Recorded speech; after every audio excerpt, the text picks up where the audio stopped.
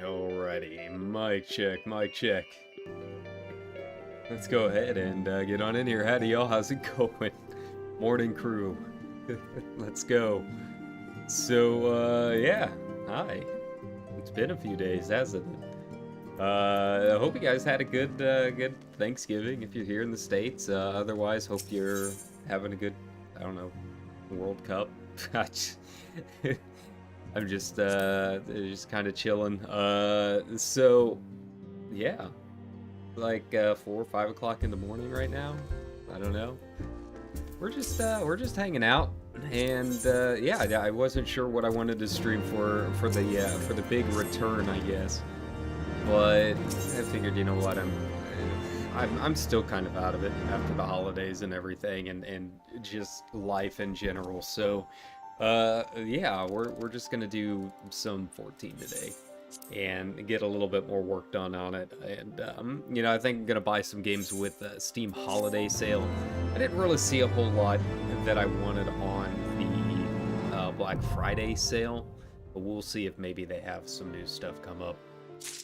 My brother gave me a Steam gift card, so I'm kind of debating what I want to get with that. And you know, I was hoping Sonic Frontiers would end up going on sale, but unfortunately not. It's on sale, like, I guess the physical copies or something like that. I saw on, you know, Best Buy's Black Friday or whatever, you could get the physical Switch copies or something for a little bit cheaper, but unfortunately not the case for Steam, so we're gonna have to wait a little bit on that and just kind of take it as it comes. And you know, if it doesn't go on sale there in winter break, I don't know, we'll get some filler games or something.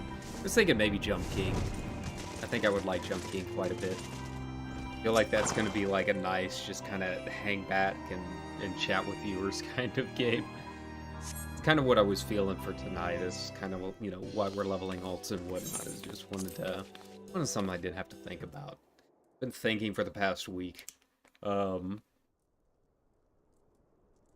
You know, big thing is, I don't know if you guys saw or not, but I do have my Game of the Year list. It is premiering on Saturday, Do or Die. You know, I've mentioned it before, but it's basically my submission to the Something Awful Games Forum Game of the Year thread. So I don't know when they plan on putting that up. You know, it's usually fairly early, like first week of December or so. But I figured, you know what, let's go ahead, let's finish it out, let's get it up there, and, you know, let's just go ahead and regardless of whether the thread goes up or not, let's go ahead and at least get the video out there, and I'll post it in the thread whenever, whatever. But it was nice to get it done. It was just a lot of work. You know, that's basically what I did all Thanksgiving Day and the day after. So my sleep schedule is like all kinds of messed up right now, right? You know, whenever I'm doing a lot of video editing or anything like that, or getting footage, or I have a project to work on, you know, I kind of get into that, I guess they call it a flow state, right? It's like I don't really get hungry, I don't really get tired, anything like that. So I ended up just really screwing up the sleep schedule. But the good news is the video is done, so we don't have to worry about that for a little bit. But yeah, that'll be on Saturday. I think I have it set for like 8 Eastern or something like that. But it'll be fun. It's my top 10 games that I played this year. You know, when it comes to lists, I'm always very like unsure of what I want to do with them, because everyone has an opinion about lists, right? But you know, because this is for the Something Awful forums, you know, they kind of have their own special rules. It's you know, it's not games that was released this year. It was games that you played this year. And, you know, it can be new, it can be old. It's just kind of a way to celebrate the games that you liked playing this year, regardless of when they came out or anything like that. But, you know, the nature of having YouTube means everyone's going to have an opinion on your list. And oh, why is this game not there? And that kind of stuff. You know, it'll be interesting to see. I like the list. It's obviously my favorite games. Everyone will have their own different favorites, that kind of stuff. But you know, it wasn't really supposed to be like, oh, these are the top games this year. You know, I'm not the Game Awards. I'm not made of money. I'm not you know, a professional reviewer or anything like that that gets these games for free. So, you know, there's a lot of games on there that I wasn't able to play. It's mostly going to be PC. You know, I would love to play the God of War that just came out. I don't have a PlayStation. I can't play it. You know, obviously Sonic Frontiers, still a little bit out of my price range, and from what I've heard, it's a very good game, but maybe not a $60 game to begin with. So, you know, there's gonna be a few omissions on there. But from the games that I did play this year, you know, that's what it is. It's my list of my favorites that I played regardless. But you know, I had a lot of fun with it. Got to do the big time editing that I haven't done in a while.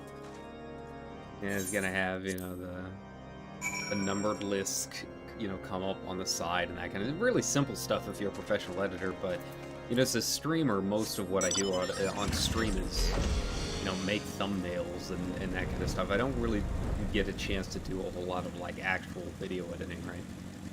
So, yeah, I had a lot of fun with it. Completely messed up my sleep schedule, but, you know, I'm not going to complain. Thanksgiving's not really my favorite holiday to begin with.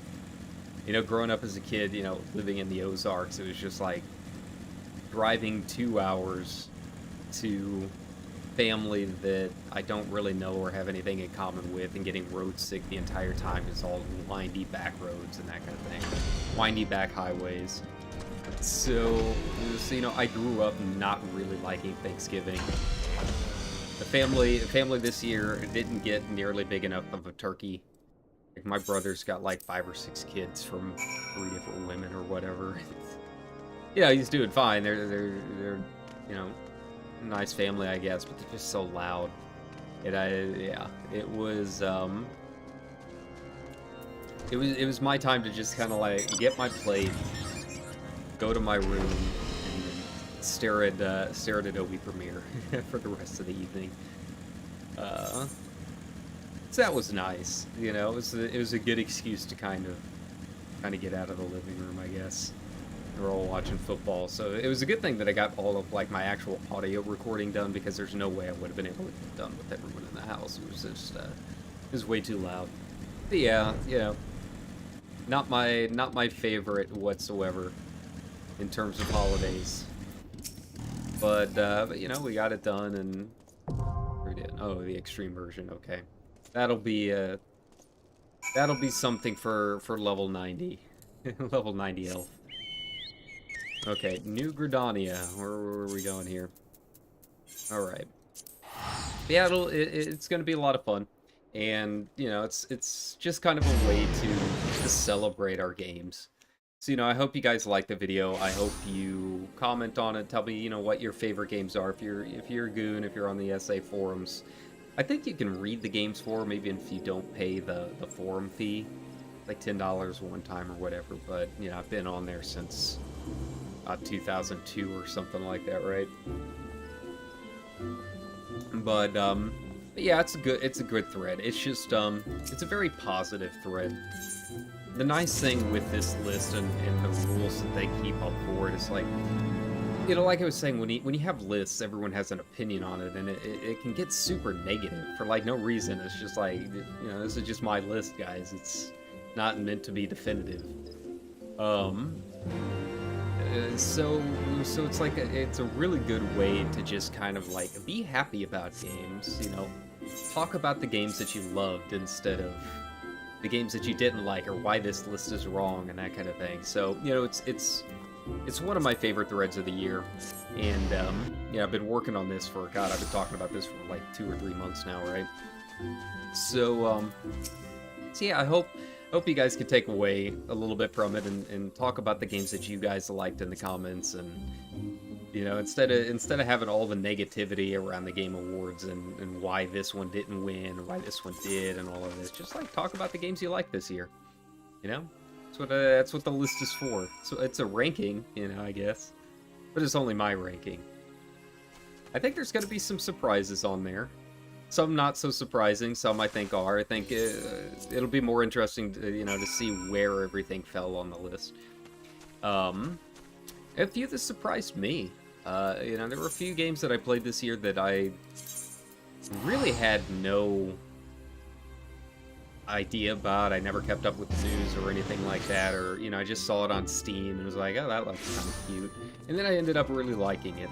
Game Pass was a pretty big part of it last month.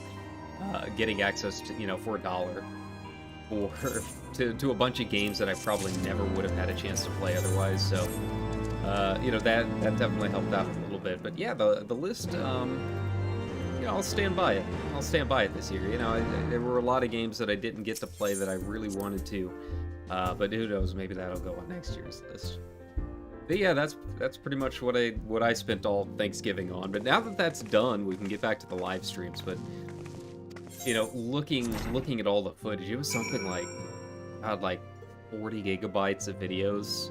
And it's not like really long videos either. It's, you know, little, like 1 minute here, 2 minutes here. I think the longest bit of footage that I took out of any game was like 5 minutes. Something like that, and, you know, you get into Premiere and have to break it all down. And the video's about 16 minutes long, so 40 gigabytes for 16 minutes of footage, so that's, yeah, that was fun. It really wasn't too bad once I actually got in to start, like, actually editing it. It was getting the footage. That's always the problem, is getting the footage every time, right? That's why I don't do a whole lot of pre-made videos. Like, I have to reinstall a bunch of games that I haven't had in a while. You know, the save files, you know, if I wanted to go back and, like, get footage from one of the old Final Fantasies that we played for the playthrough or something like that, you know, I need to get better about making save files throughout the course of playing through, right? That way I can jump into different moments and enjoy it that way. But unfortunately, you know, I didn't do that. You guys can go back and watch the playlist, right? So it makes things very interesting, especially being such an RPG-oriented guy, trying to go back and get footage for some of this stuff. Some of the footage, you know, I straight up have to start back from scratch and try and play back to the point that I wanted to get footage for. So yeah, I think that's probably the biggest takeaway from doing the list this year is for next year, make a lot of save files. That way I don't have to. That way I can jump around. I don't have to, like, just get footage from the introduction of a game. But, you know, it was fun. I'd like to do more videos like that. It's just very time consuming, and, you know, if the video does well, and, you know, YouTube algorithm, you know, pray to the Google alphabet gods, right? if the algorithm does well and, you know, the video does well, that's always something that I can always do a little bit more of. But, you know, we'll just have to wait and see. But yeah, that'll be Saturday. Like I said, I don't know when the thread goes up on the forums or not, but yeah, it'll be a fun time. I'm excited to finally share my experience this year with everyone. But I'm also looking forward to next year. You know, I saw, you know, Starfield was trending on Twitter again. I feel like that starts trending like for some odd reason for, you know, once or twice a month. And there's really hasn't been a whole lot of like new information or anything like that. It's just like, oh, Starfield's gonna exist at some point. We'll see how it goes. You know me, I always like my No Man's Sky stuff, so we'll have to see how it compares. The fact that it's not necessarily like procedurally generated, I don't think it is anyways. I haven't kept up with a ton with like the Starfield news, but I don't think it's like quite the same scale of procedural generation that No Man's Sky is. Which can be good or bad, you know. It's supposed to have a lot of planets, and having a bunch of handcrafted planets might not be too bad. You know, No Man's Sky has a lot of planets, but they get kind of samey after a while. You know, they need to expand the options in the procedural gen, right? But yeah, we'll see how it goes. I'm excited. You know, I'm always a sucker for some good space games. All right, we'll have to see how this goes. I just now realize this is probably really loud, isn't it? Sorry about that. I still had my stock sound settings from recording all that audio. But yeah, we'll have to wait and see, and yeah, I'm excited for it. That's all I can say. You know, I really don't have any judgments about it at this point in time. It's still a ways off. I don't really know enough about the game to be able to go like, yes, this game's gonna be game of the year.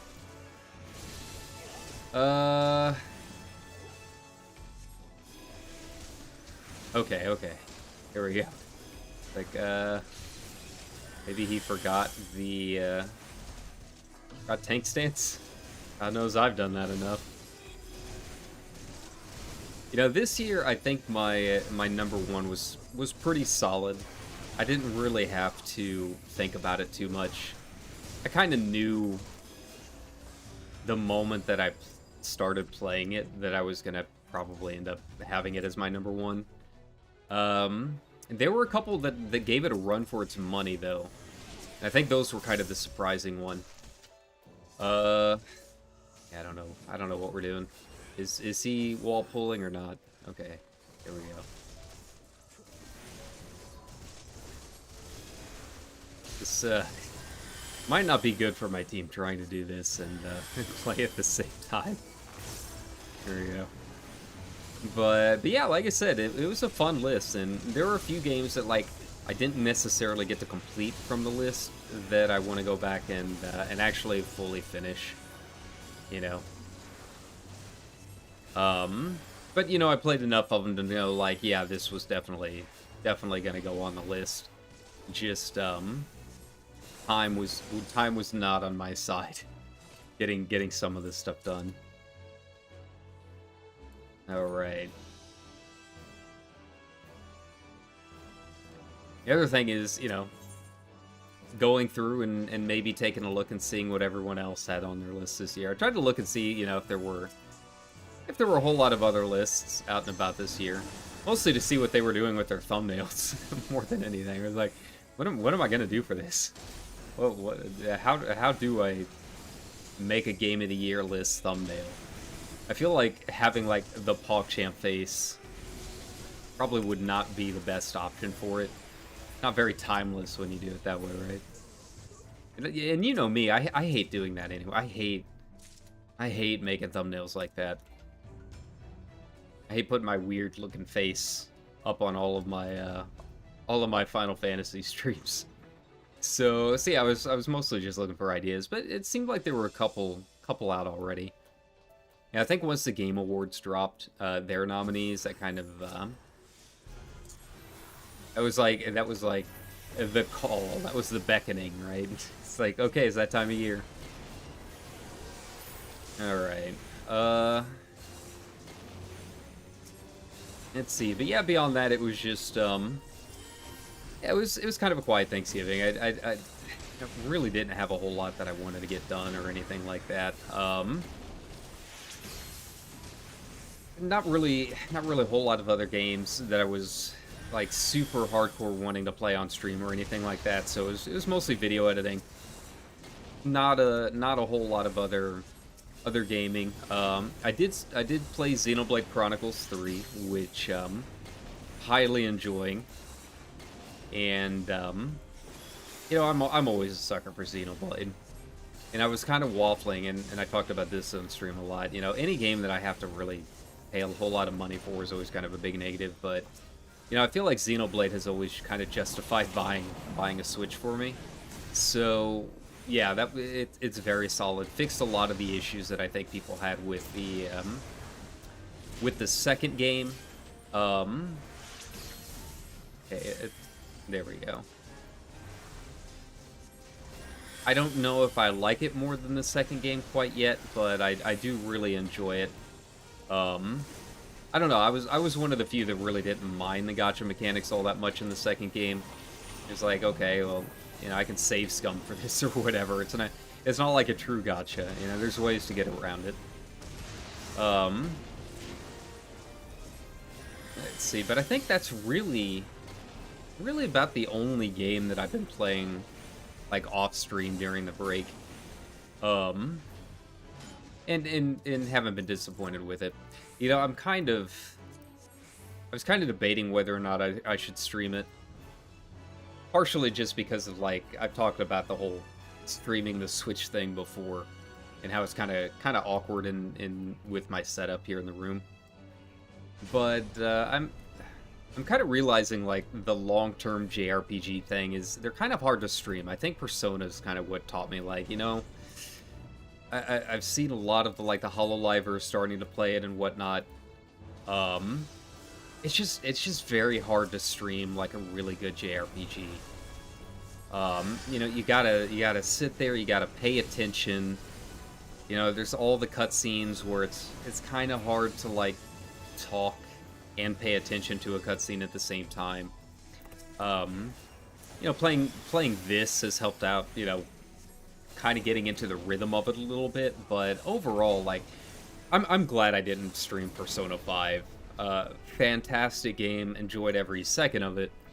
Not a game that I want to stream anytime soon. I mean, we could spend an entire year just streaming that. And I don't think anyone would really be super interested in watching that for an entire year. You'd really get to the point where it's just really the hardcore Persona fans watching, right? Yes, I noticed Bay started it, and obviously Callie's a huge Persona fan, but she's played it before, so you know, if you're looking for those new reaction takes, I think Bay's probably the way to go. But even she was like, this is going to be a lot of streams, right? So you know, obviously I'm going to keep doing the complete Final Fantasy playthrough, but streaming a lot of new JRPGs. Like, I just downloaded Atelier Ryza. Maybe if there's interest, I'll stream it, but I don't think it's going to be a game that I'm going to stream completely start to finish on the channel. It's just too much, man. So, you know, I've really been looking for games this year that, you know, we could just kind of sit and chat and have a good time just kind of hanging out on stream, that I don't necessarily have to sit and pay attention to. You know, I'm enjoying the complete Final Fantasy playthrough. I think that'll be enough for the JRPGs on this channel stream. But it is hard, you know, trying to do all the voices and read all the text and all of that. So, so yeah, back, you know, finally circling back to what I was saying. You know, Xenoblade is very good. Not a game, again, that I think would be a very good stream game. You know, we'll still throw some in there every now and then. But that's kind of the tricky part, is like trying to find games that are good for stream, that also kind of fit into like what I normally play anyways. Let's see, and I think that also kind of affected the list a little bit. Not necessarily in a bad way. You know, there's a couple of games that I put on the list that were games that I really only started playing because they were stream games, because they were games that like I could just kind of chill and hang back and talk with you guys while I played them, right? Are we missing someone? No? Okay, there we go.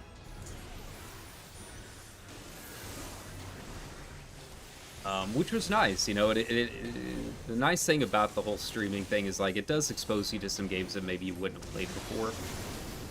You know, I don't think I really would have ever considered Jump King if it wasn't for streaming, but I really do want to play Jump King now. So I think for oh, that's right. This is the one where we gotta like stand still or whatever. It's fine. This is fine. We'll be okay. I believe in us.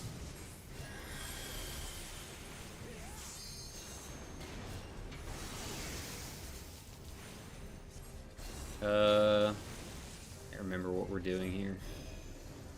Here we go. So yeah, there's a few games on there that yeah, like I said, we're just kind of surprising and not necessarily in a bad way. Here we go. Dynamic sensory jammer. All right. Don't move. There we go. Him back up.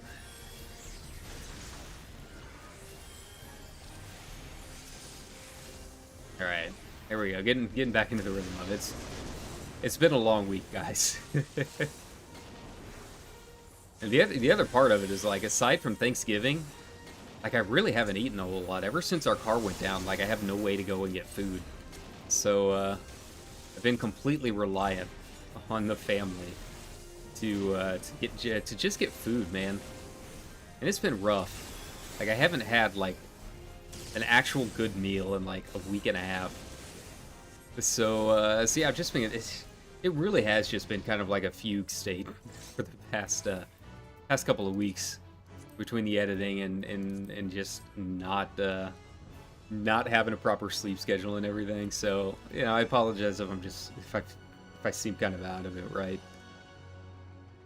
Sometimes that can be entertaining on stream, but watching the HoloLive Among Us earlier, and with everyone being in different time zones, half the crew was like just getting out of bed. So so it can be amusing, I guess. I'm not quite that out of it, thankfully. But yeah, it's been a rough couple of weeks. I gotta get like back into the rhythm of everything, right? There we go.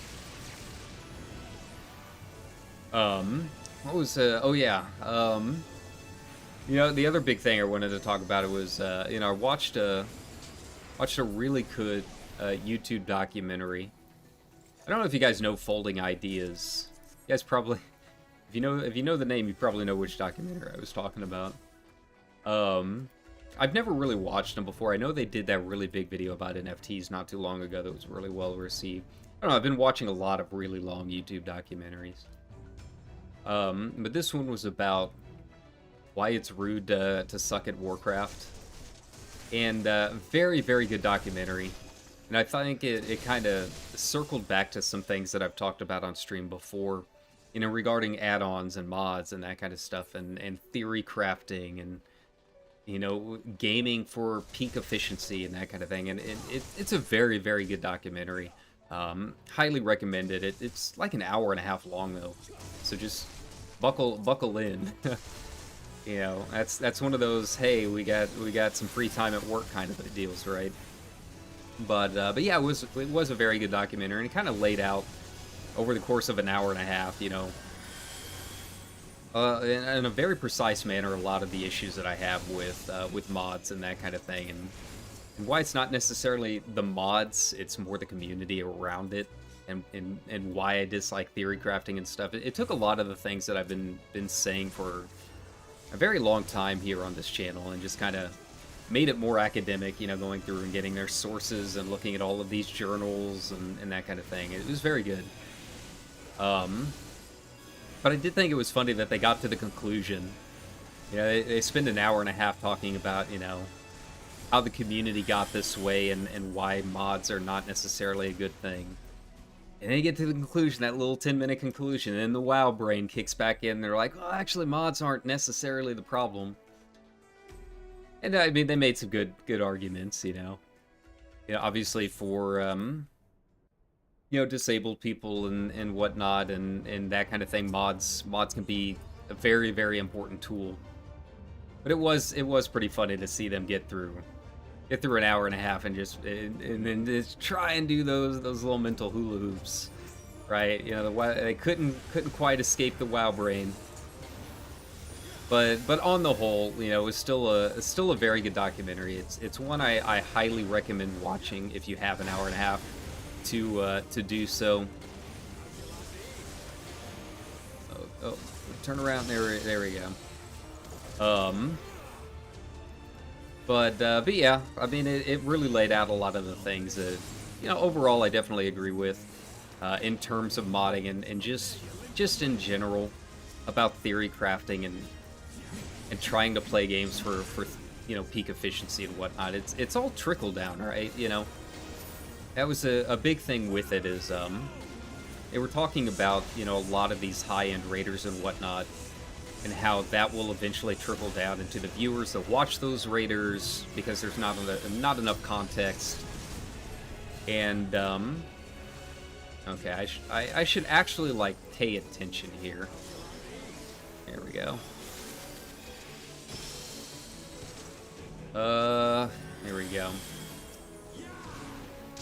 And to be fair, you know, one of the presenters was very clear multiple times through the documentary is like, hey, there's a difference between what I'm doing and what like the average player is doing, because I am literally paid to do this, right? You know, I am paid to be good at this game, and it's a very different case from, you know, going into Party Finder on a random, you know, Tuesday night. All right, guys, help me. Here we go. Hey, we did it. We survived. So to be clear, the WoW brain wasn't completely WoW brainy. You know, they're very open about it, if nothing else. But yeah, you know, it's something that I've always been, you know, very adamant about on this channel. It's like, if you guys do watch my Final Fantasy, you know, 14 videos and whatnot, you know, I never want to be the guy that says, like, this is the one true way to play things, and this is what the numbers say, and this is why this spreadsheet says this is the way to play Red Mage. That's not me, guys. You know, I'll never, hopefully, be that way. Hey, that actually went pretty smoothly. A lot better than I thought it would. Thank you all. And we've finished Heaven's Word. Yay! I can finally start getting experience again. Do the tank, because I'm the healer. Oh, hey! Bullpup. I hate that stuff. Not the bullpup. You know, the theory crafting and listening to spreadsheets. Some people find that entertaining. That's not me. And most importantly, I never want to be the guy that, like, that causes it to trickle down into the community. And, you know, I think the whole video was a very good argument, again, for why I dislike the mods and that kind of thing. It's not the mods themselves, it's the fact that it does trickle down into the community, and what starts as kind of an innocuous thing ends up spreading very, very quickly, right? You know, one of the big arguments that I hear for mods is like, you know, why do you care so much about what this other group is doing? And it's like, it's not just that other group, especially when it's these high-end raiders that, you know, people are watching on stream and whatnot. Because, you know, it affects those viewers who think that that's acceptable.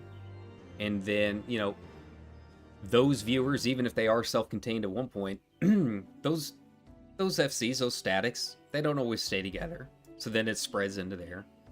And then it spreads into Party Finder. And, you know, yeah, you can, you know, report someone for advertising mods in Party Finder or whatnot, but that's not going to stop people from saying, hey, add me on Discord to join this team, etc., etc., etc. I mean, the video, like I said, I mean, it spends an hour and a half breaking down how this spread in the first place at WoW. And, you know, it's still very relevant to Final Fantasy as well. So, yeah, I thought it was very good overall, except for that last 10 minutes, which I thought was just kind of, you know, funny more than anything, seeing the justification start kicking back in. You know, that's why I didn't watch a lot of the WoW streamers when they started coming over here to play. And I guess a lot of them have already gone back. I mean, didn't Dragonflight drop tonight or something like that? I haven't kept up with the dates or anything like that, but I think a lot of them have already gone back. Made me sad to see, you know, Breach and everyone already coming back. Oh, Ian invited me to Blizz. It's time to start praising them again because they gave me attention. I don't mean to be that harsh to Preach. I mean, I still like Preach, but it's just amusing to see as someone that was in that position and has managed to stay out of it. Has managed to actually stay away. Now, if only I could quit these things. If only this was as easy as quitting WoW, right? But yeah, it's been funny to see him go back, and you know, that's why I stopped watching them in the early days. Just seeing some of the Limit team and whatnot. Some of the conversations they were having after their raids and whatnot, you know, they spent all this time raiding and having a lot of fun in Final Fantasy XIV, but then trying to justify, well, actually WoW's better in this way and that kind of thing, and like, oh, this isn't actually how it is. Yeah. So, point of the matter, watch the Folding Ideas video. Very good. Very long. Oh, hey, I got orchestrion rules and stuff I can use. Hey, there we go. Alright, so we'll see how quickly this is going to jump up my XP, because I think they still had it. I know they smoothed it out over the course of a couple patches, but I think it's still, like, the post-expansion content is still, like, a little less XP compared to the main expansion content. And like I've said a billion times, like, this character, this elf, is very cute healer. Her entire point is to get to 70 so I can unlock Sage, and it's been a journey. The post Heavensward, it took a little bit longer than I wanted, but we're finally getting into Stormblood, so hopefully the XP is going to start jumping back up. Once I get Sage, I can finally like chill out and just take my time relearning the class, right? But yeah, speaking of long-form documentaries, another really good one that kind of made the waves last week that I watched and really enjoyed was Defunct Land. You know, they do more like pop culture Disney media stuff, a lot of theme park stuff. And, you know, I don't have any theme parks around me. We got kind of like Six Flags St. Louis, I guess. Haven't been there in a couple decades.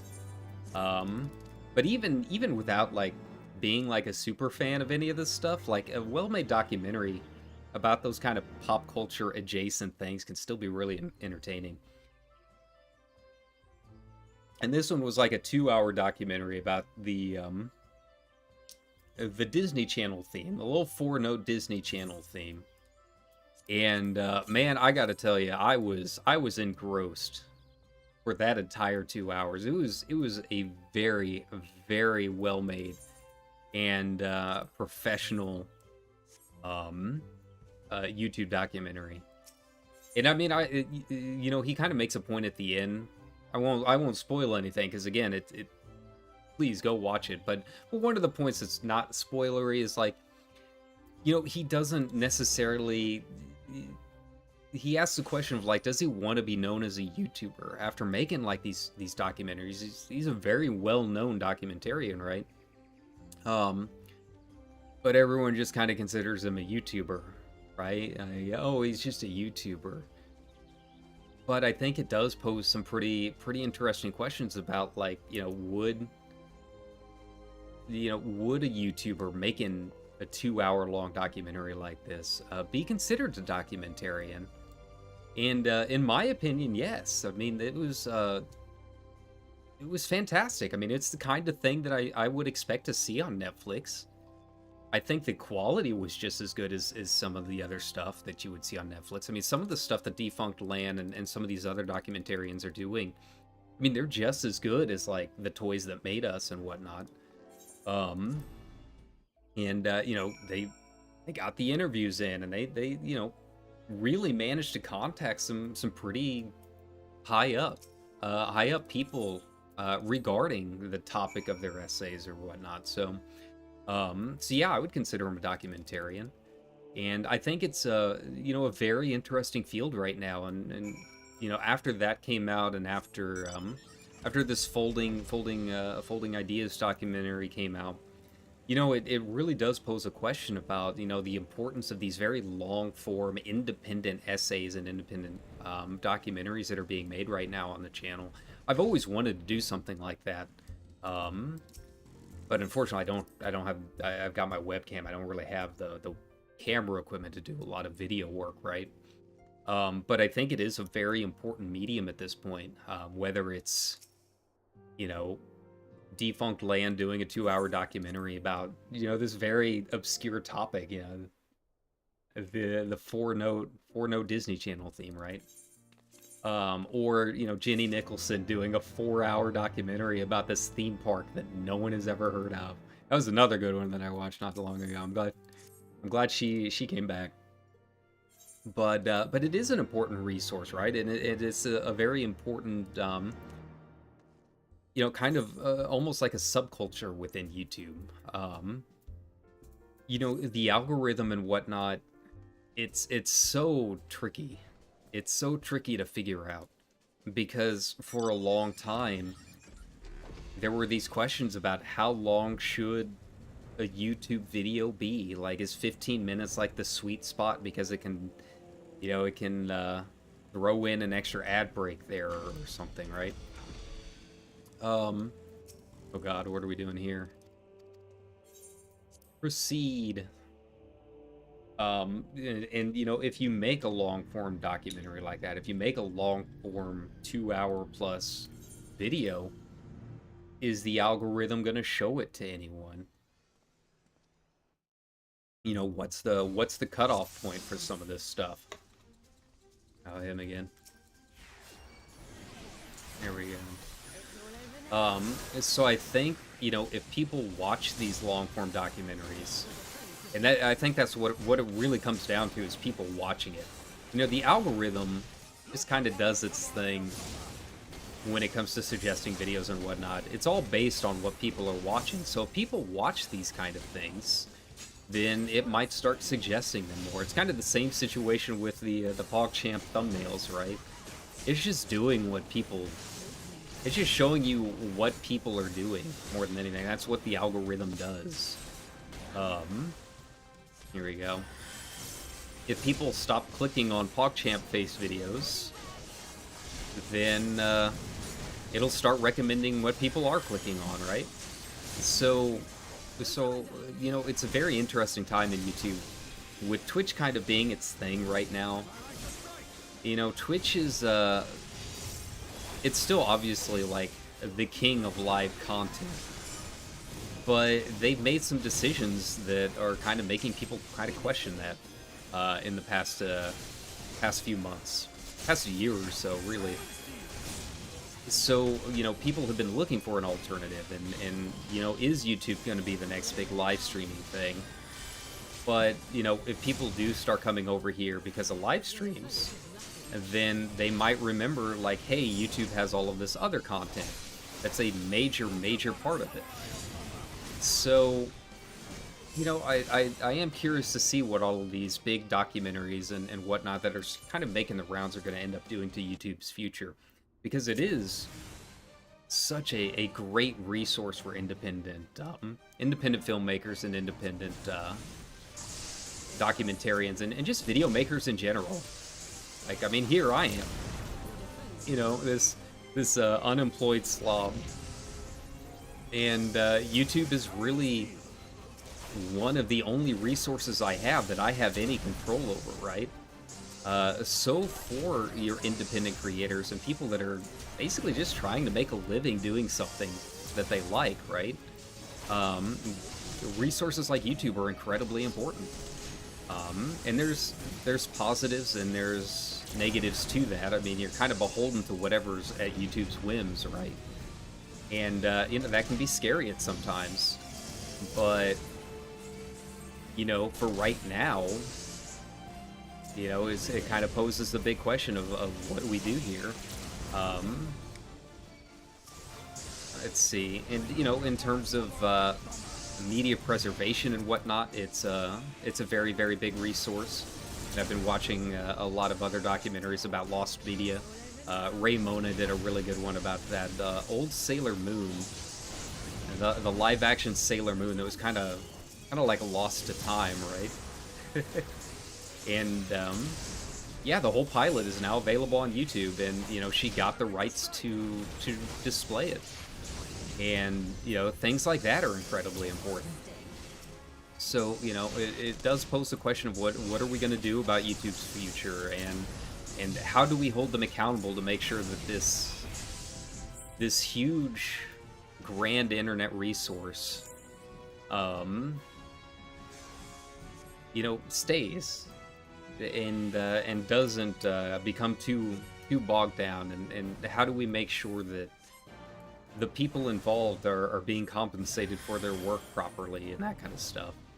So yeah, I think hopefully with the past couple of big names that have come out, hopefully we'll start seeing more of them come out. Hopefully we'll start seeing more long-form documentaries like that, and hopefully shift to potentially making user-created content the next Netflix, right? I mean, I spend at this point almost as much time on YouTube as I do on Netflix. And, if the content is just as long and it's made by individual creators, I'd much rather, watch something made by some independent than I would, big corporation, especially with everything going on between, Warner Brothers Discovery right now and Disney Plus, and yeah, just the industry in general, right? And I think it's more interesting because user-generated content tends to trend towards what those content creators are interested in. So you get a lot of really interesting content about topics that you would never see from a big media corp. Who would have ever thought about making a documentary about the Disney Channel theme, right? Or the Lost Sailor Moon pilot. Things like that. Just really wacky stuff that's still really interesting to see. So yeah, I'm excited to see where it's gonna lead. I'm excited to see what happens in the future. I hope I hope Google. I know this is asking a lot. I know it's asking a whole lot, but I hope they can kind of embrace what they've got in their hands, because it really is kind of like lightning in a bottle at this point, right? With how much is taken off, it's if Twitch keeps going on the path that they're going on, and more people start coming to YouTube. YouTube has already been massive. I mean, it's one of the largest media sites. I think it might still be the largest media site on the internet, right? So I mean, they've already got a whole lot of this stuff, but I mean, the potential is still absolutely massive for what could happen in the future if they kind of untether themselves a little bit and let people do what they want to do, and compensate them in a way that Twitch can't provide. I think the biggest issue right now and moving forward is going to be, how the DMCA notices go out, and how all of these media bots basically crawl through page after page after page of YouTube content and automatically flag content that these independent companies see. like UMG, for example, you know, UMG has their own bots that crawl through this stuff and automatically flag it. And it's like, why are they allowed to do that? Why are they allowed to go through someone else's company and flag content on another company's platform, right? So, you know, it's gonna be interesting to see how this all plays out. I know that they've recently, or YouTube recently, started like this media sharing agreement that will hopefully tamper down on some of that. But it didn't really feature any like the really big recording giants, right?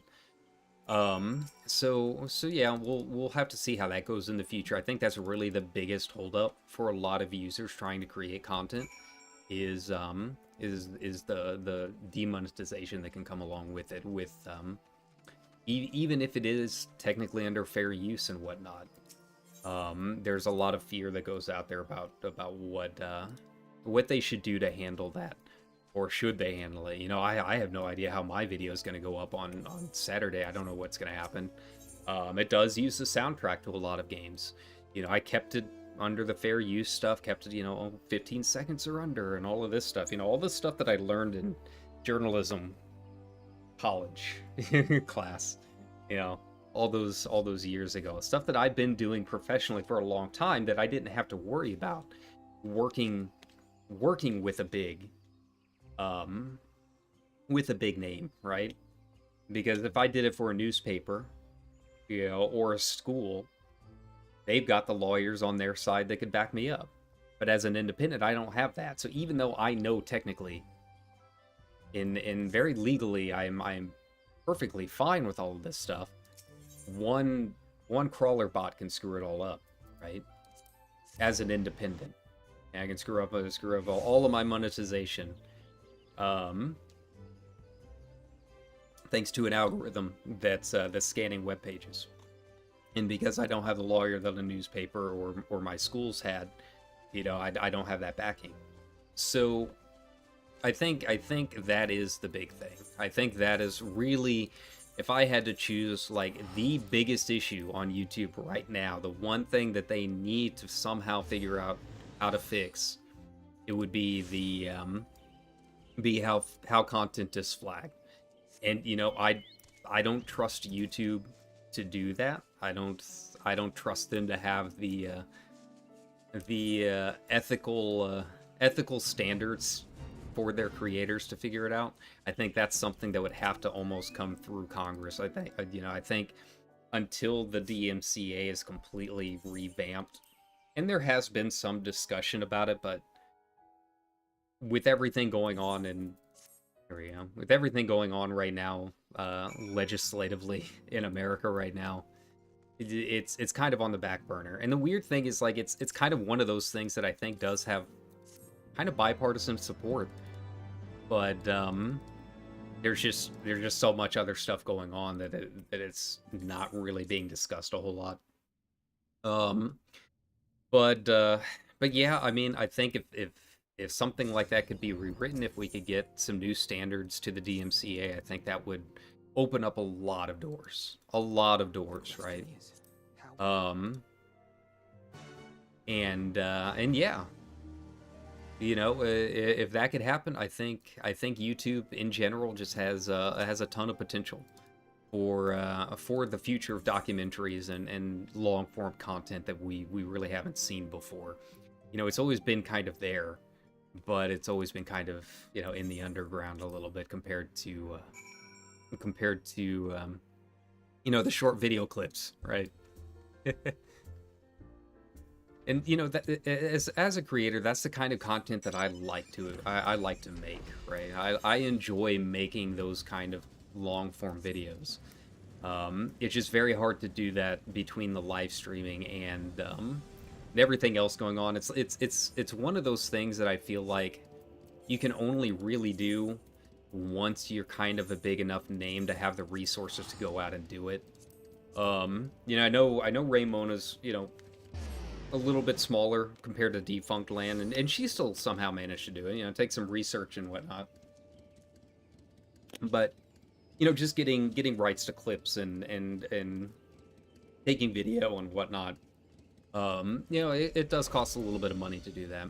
you know, like I was saying, my big holdup right now, even just getting a camera that can do the video stuff, is way out of my budget, right?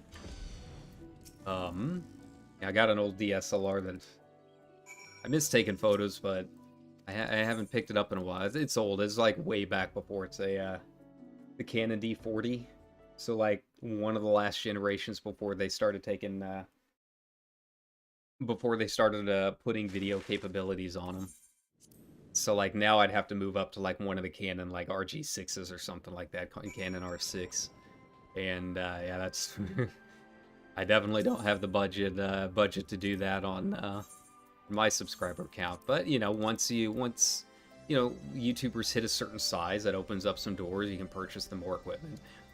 And you do see a lot of these creators really treating it as a business, because it is. You know, it is an independent business. You know, technically I am working for myself right now. So, you know, they put that investment into the channel and into that equipment and do some really, really interesting things with it. So, you know, if this channel keeps growing a little bit and keeps doing its thing, hopefully we can start doing some of that kind of stuff too.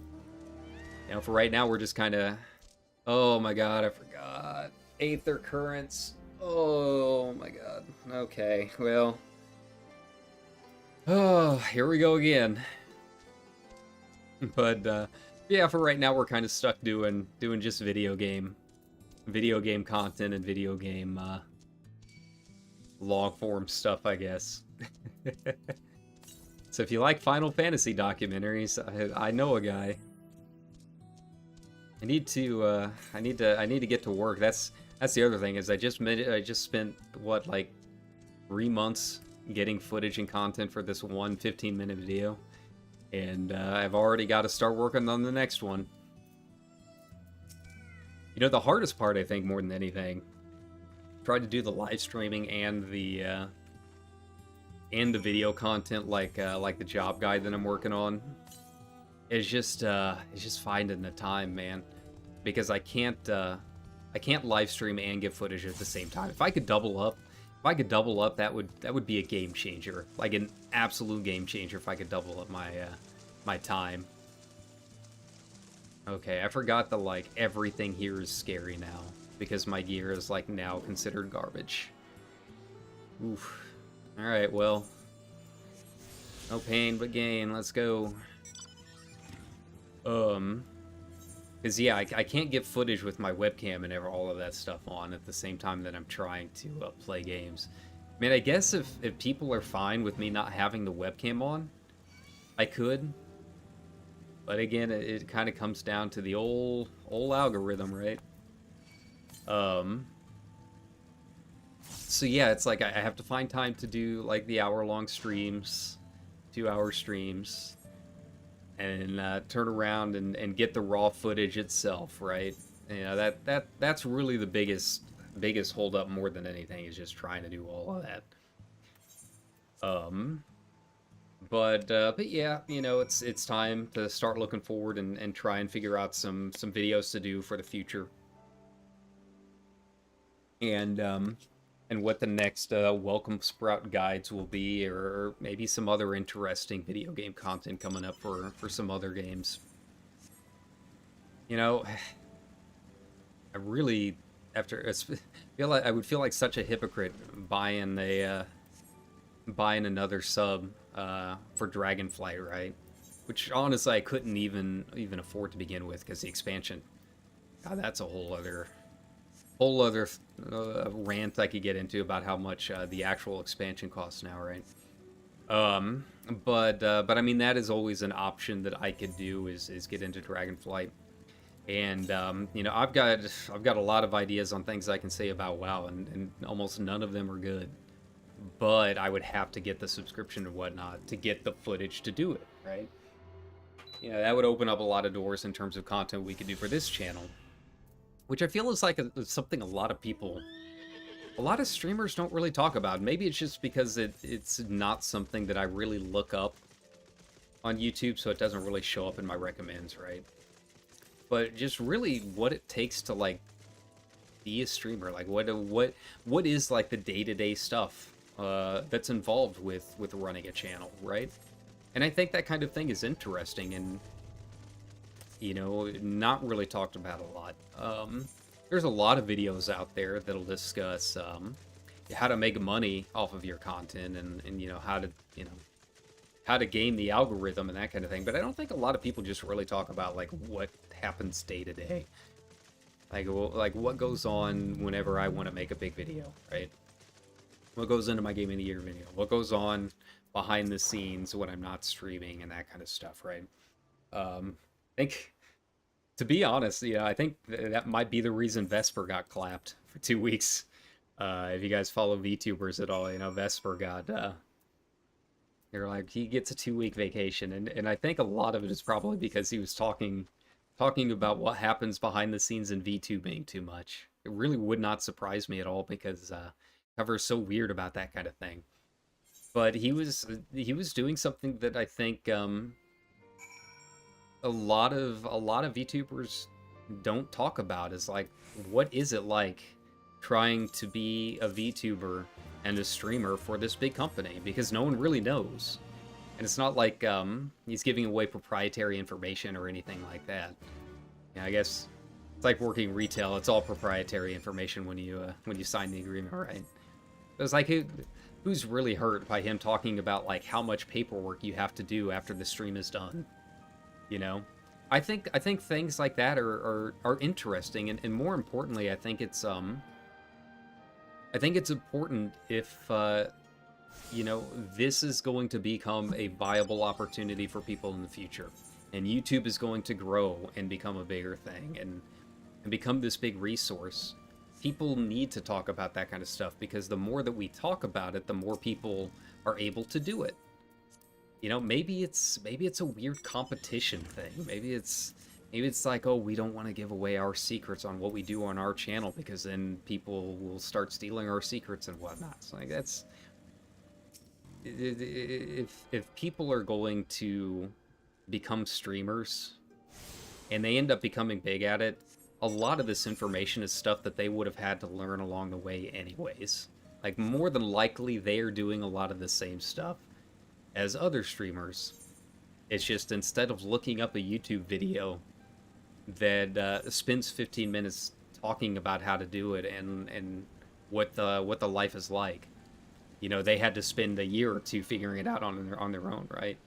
So, like, just cut out the time, cut out the middleman, just skip straight to it.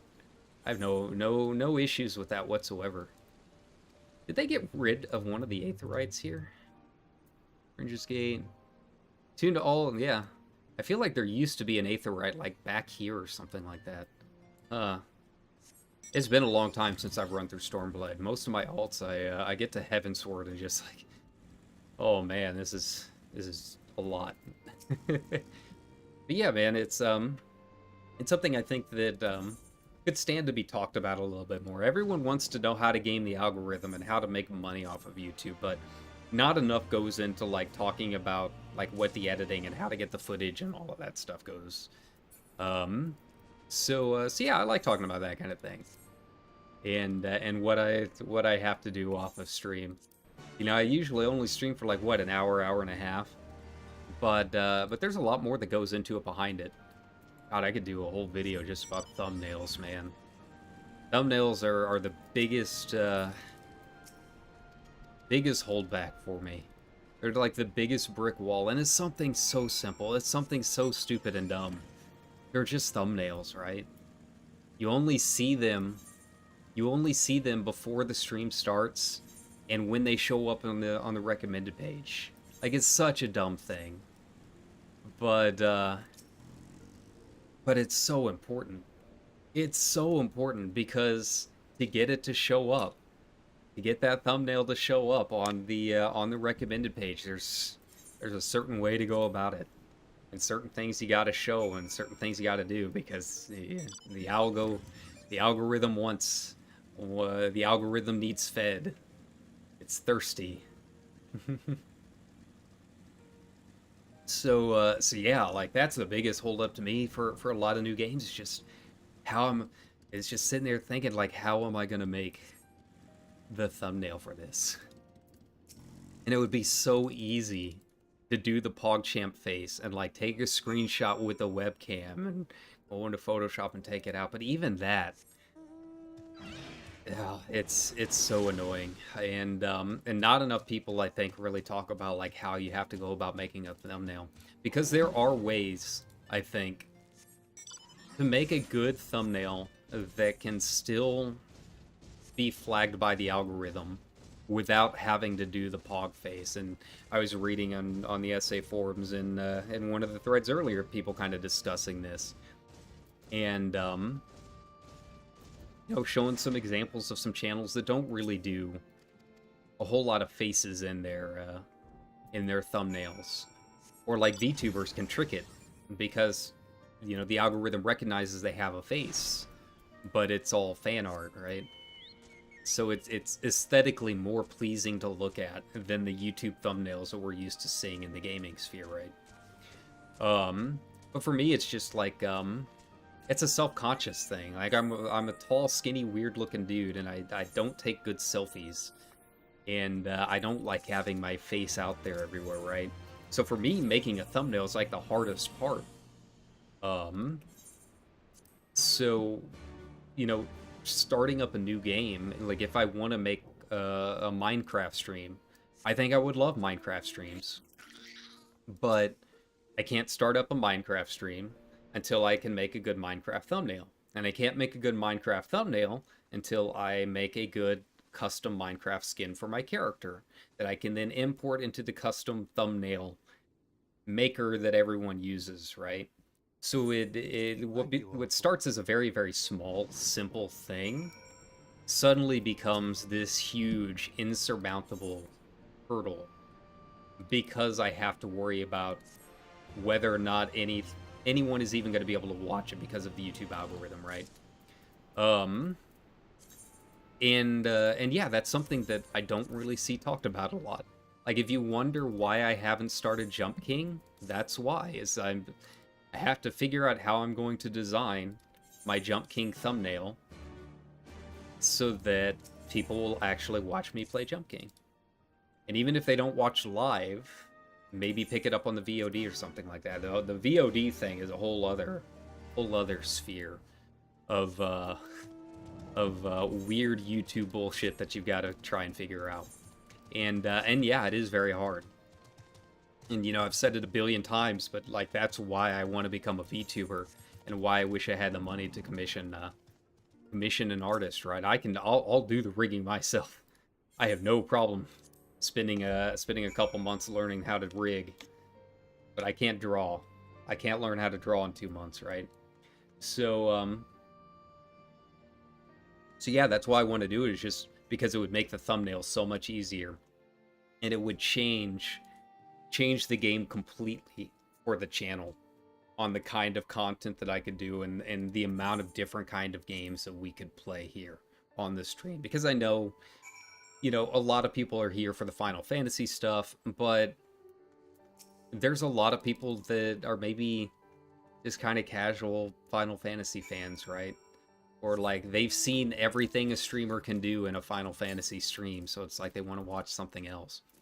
And, you know, it's true, an MMO is just really not a great game to stream if you don't have something to talk about. Like, at this point, my Final Fantasy XIV streams, unless I am doing new content or raiding or something like that, they're basically Zatsudon streams, right?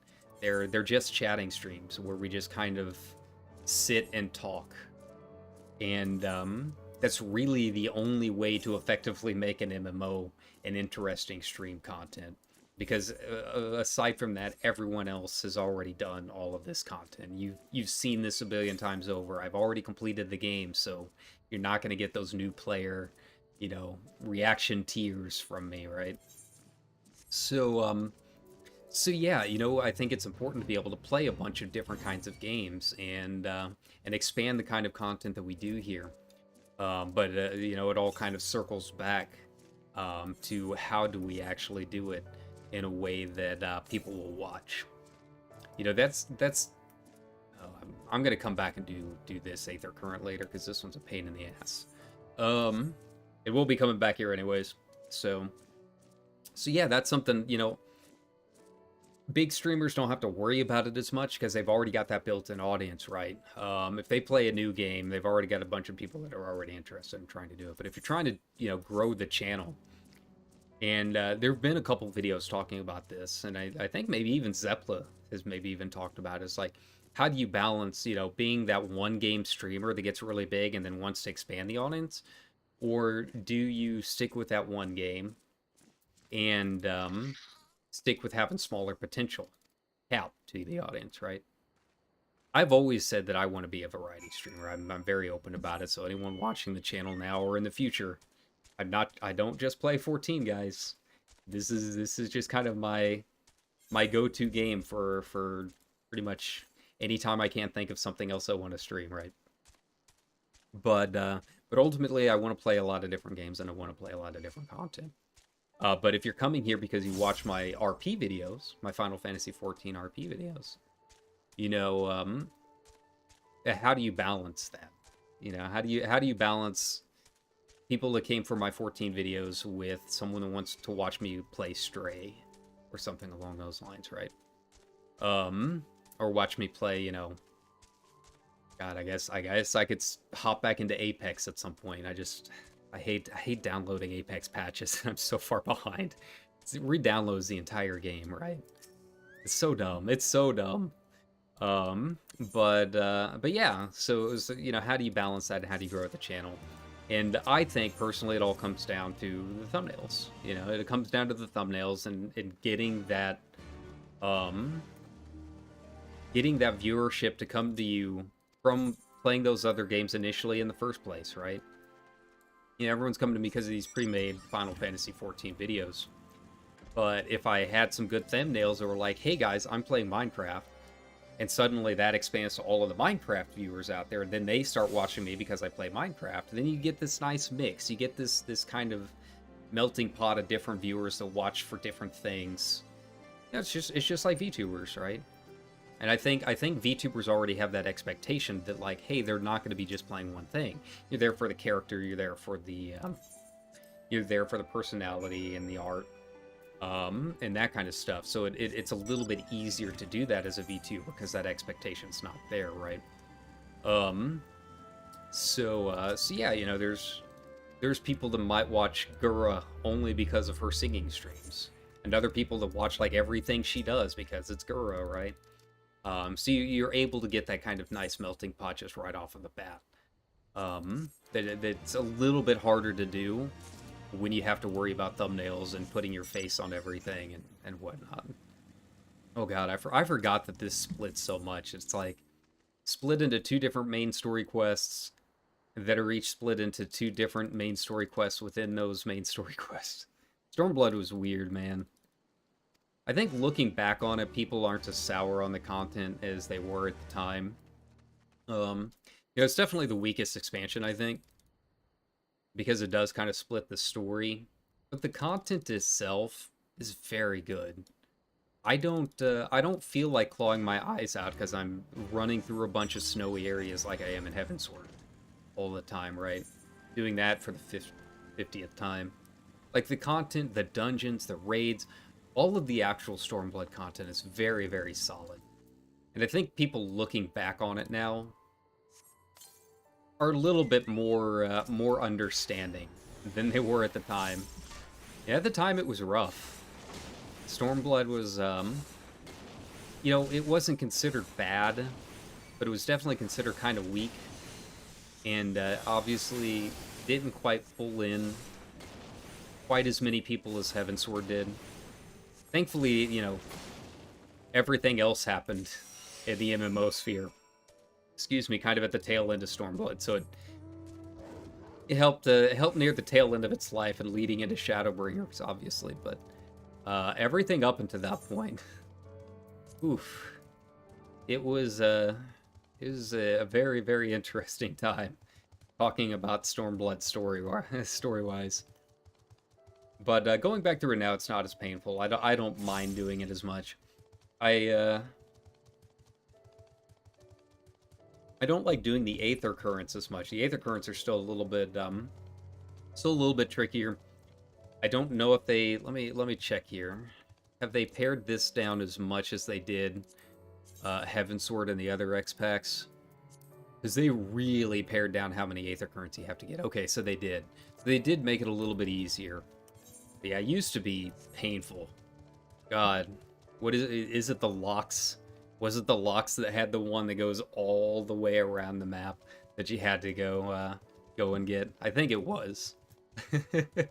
That was awful, man. And I'm still not a huge fan of it. Like getting this one Aether Current that's at the top of the pyramid that I ran past earlier. That one's always kind of a pain. But thankfully, the main quest kind of leads me there eventually. Alrighty.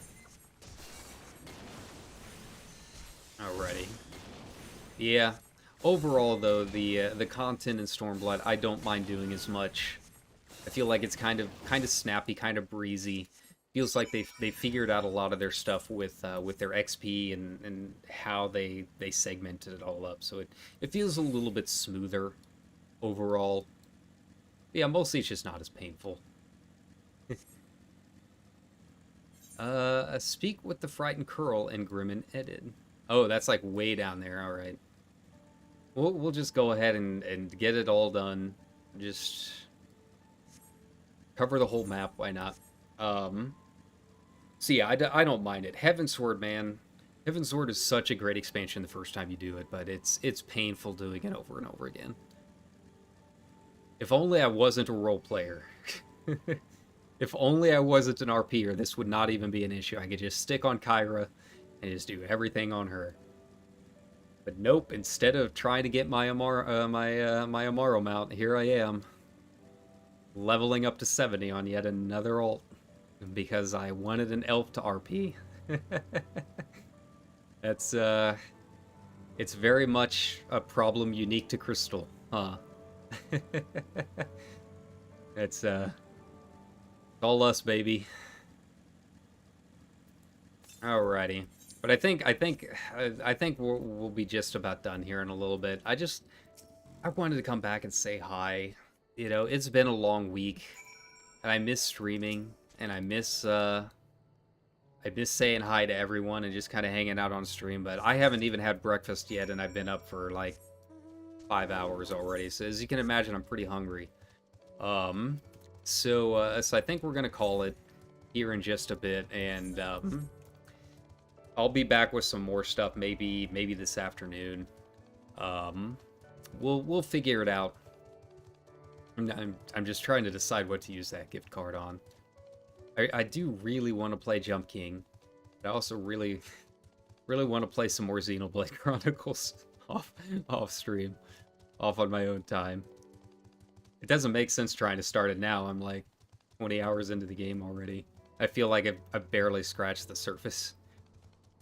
But there's some good stuff coming up. You know, now that I've got that video done, it just feels like such a weight off my shoulders, man.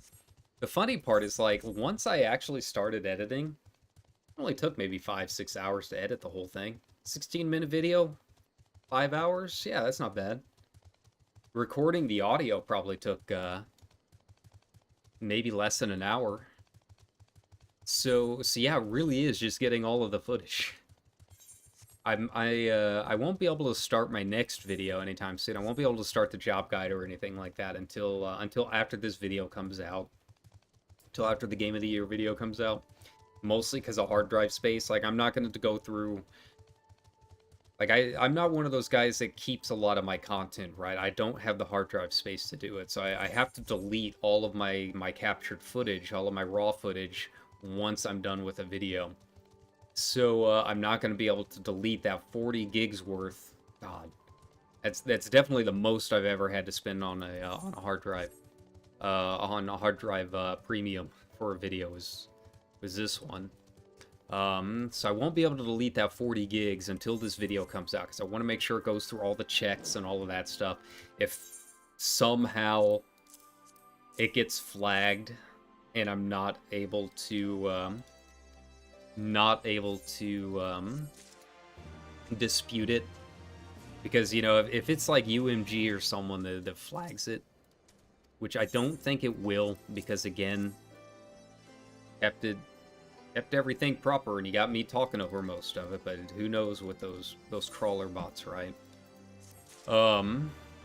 But if it's not something, if it gets flagged and it's not something I'm able to dispute, then I'm gonna have to go back in, and I'm going to have to re-edit the thing and probably re-upload the thing for all I know. So I'm not gonna start working on any other videos until after this one comes out, and I'm able to clear up all of that hard drive space, and just make sure it goes through all of those checks and everything, right? But once that's done, after Saturday, I'll be able to take some more footage and work on some other content and do some more long-form stuff. You know, I like the long-form videos. It really, truly, the editing to me is the easy part. It just, once I get into Premiere, it just flies by. You know, a lot of it's because I'm not, like, the best editor. Like, I'm not doing super advanced stuff. I'm not doing, like, fly-ins with all of these effects. I don't have, like, a Westshore bumper that pops up at the beginning of all of my screens with all these sound effects and sparkles and that kind of thing. I don't know how to do any of that. I could learn how to do it, but it's just... channel's fine as it is, I guess, in terms of that kind of content. So yeah, you know, most of it's just, you know, stitching everything together, doing my audio balance, and trying to do it in a way that's interesting. You know, despite all of the, despite all of the simplicity of my videos, I do try going in there trying to tell a story, right? I try and tell a story with my footage. And even in that little list, even as I'm trying to, you know, go from number 7 to number 6, I want that to tell a story, and I want there to be some drama to it, and I want there to be some flair and anticipation. So even though it's very basic, and I'm not really doing anything super advanced in Premiere, you know, I have a lot of fun with it, and I hope people enjoy watching it because of that, right? You know, the little Final Fantasy documentary that I did, where I spent like 2 days learning After Effects to do that title screen, you know, that kind of thing. It's not... a professional that went to school could do this a lot better than I could. You know, I'm just one guy learning basically how to do things through YouTube and Google searches, right? You know, I have an idea of what I want to do. I look up how to do it, and then I immediately forget how to do it once it's done. But I still hope it's interesting, and I hope it's you know, fun to watch, and I have a lot of fun with it. So once I get into Premiere, that's the easy part, because then I'm like I'm on my creative flow, right? I get that flow state. Once I'm in Premiere and once I'm doing my audio production and all of that and doing my recording, like, it's so easy for me to just stay up all night and not sleep and not eat and just be perfectly happy getting all of that stuff done. The hard part is just the footage, because there's not really a whole lot of creativity to it. It's like, oh, this part of the story is really cool. Press a button, press my Stream Deck to start recording it, and then just sit back and watch the cutscene again. Woo, interesting. It is a little bit more interesting in games that I have where I can use my own camera. You know, G-Pose here is okay, but it's hard to do slow camera work because it's like, it's not very smooth. Like, you can see that it like start and stops, and like there's no way for me to like animate the camera. In software that has posing tools, you can animate the camera, which is why I spend a lot of my off time in posing software and rigging software. It's why I kind of like the idea of rigging my own VTubers. I really like that stuff because I have a little bit more creative control over the camera work. And, you know, that was my background to begin with, was, you know, before I got into media and writing and everything, you know, I moved out to Hollywood to be an actor and a director, right? So I love camera stuff, and I did a lot of photography for, that was about 10 years. before I started doing the writing thing, was I wanted to be the professional photographer. So I love that stuff. I love motion, and I love being able to tell a story with the camera and a script. It's just a little bit harder to do that in 14 here, because there aren't really a whole lot of tools that allow you to do that kind of thing with the camera. But you know, if we can find some other games and some other content that I think sounds interesting, like, you know, it all comes down to the topic. Is the topic going to be something that's kind of weird, something that might be kind of interesting to watch? You know, it's kind of why I'm debating the whole Warcraft thing. Is like, there's so many topics I could do about Blizzard and Warcraft and just the industry in general, that kind of relate to everything that's going on over at Blizzard. If I got back into it, and see, here's the thing, and why it's so pervasive with the WoW brain stuff, is here I am on stream, like, justifying getting another sub. But yeah, it's, you know, there's a lot of stuff dealing with that part of the industry, though, that I'd like to talk about. And, you know, regardless of whether it involves WoW or not, or getting footage with WoW or something, maybe there's another way I can get footage to talk about the same subjects that don't necessarily go into it. I don't know. Maybe I'll have to do everything that I learned in school back when I was a real journalist, right? And start scrolling through C-SPAN, trying to find footage of, like, Bobby Kotick interviews, right? It's like I refuse to buy another sub, so we're going back on to we're going into stock footage, baby. We're doing what every news organization does, and steals content from other news organizations, because it's the only way to do it. Maybe that's what we'll have to do. Okay. This one's interesting. This one is like on one of the little ridges or something like that, I think. I don't entirely remember. We'll figure it out. We'll go upstairs here and see where it's hiding.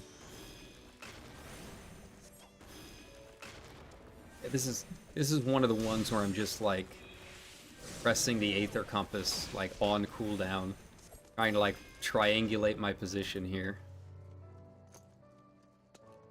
There you go.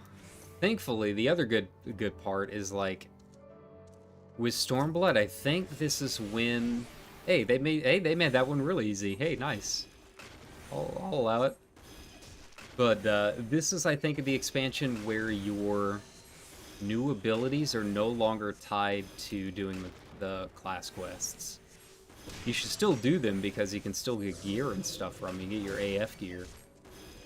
But I don't think I have to worry about finishing them to unlock new abilities. Let's see here. Did I get anything? It's 60. Oh, 64 is when it upgrades. Got it. Okay. Cool. So we're on our way. Everything's gonna be nice and breezy pretty much from this point on, I think. I mean, like, we're already 64. Not even through the really the first area, we barely scratched the surface of the first area, and we've already gained, what, like half a level? I'll have to go back through the stream and watch, see where we were at when we started. But we're getting there. It's moving right along. Can't really complain about that. That was the goal to begin with, right? All right. But yeah, I'm excited to be back on stream and just hanging out with y'all again, and just catching up on stuff that I missed. Like I said, it's really been a while since I've really stepped into some of these games and had a chance to really just enjoy it. I haven't even done the No Man's Sky expeditions lately, right? You know, they're rerunning expeditions 5 through 8 over No Man's Sky, which is another game that's just one of my favorite, just nice, chill games. And I haven't really had a chance to hop in and start redoing them. The first one, I think I, like, took a look at it I think it was the one that came out for Sentinels. And Sentinels wasn't really my favorite. There really wasn't anything that I saw that like I wanted from it. So, you know, thankfully I didn't miss too much. But the next couple have some nice capes and stuff. So, you know, I want to hop back in there and hopefully finish out some of those that I didn't do before. Now we're just gonna jump down here. I'm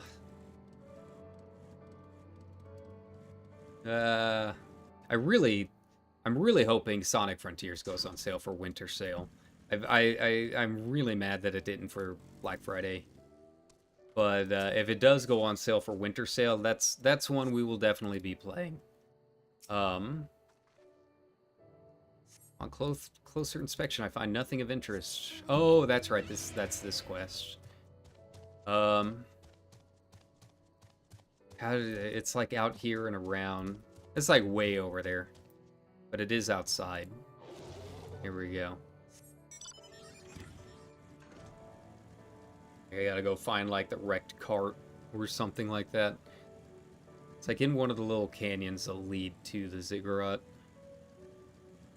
Yeah, I think Sonic Frontiers would be a really fun one to stream, and it's been a long time since I've played a Sonic game on stream. But man, I was deep in Sonic as a kid, man. I haven't talked about it on stream a whole lot, but man, I was in the Sonic role-playing community and fanfic and had my OCs.